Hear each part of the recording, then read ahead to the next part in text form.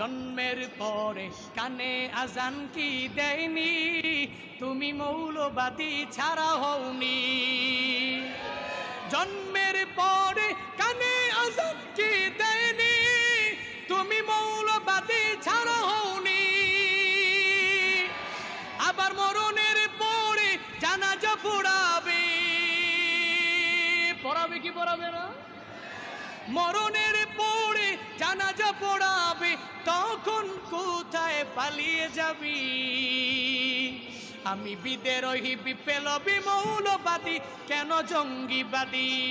বিদ্রোহী বিপ্লবী মৌলবাদী, কেন জঙ্গিবাদী? বিদ্রোহী বিপ্লবী মৌলবাদী, কেন জঙ্গিবাদী?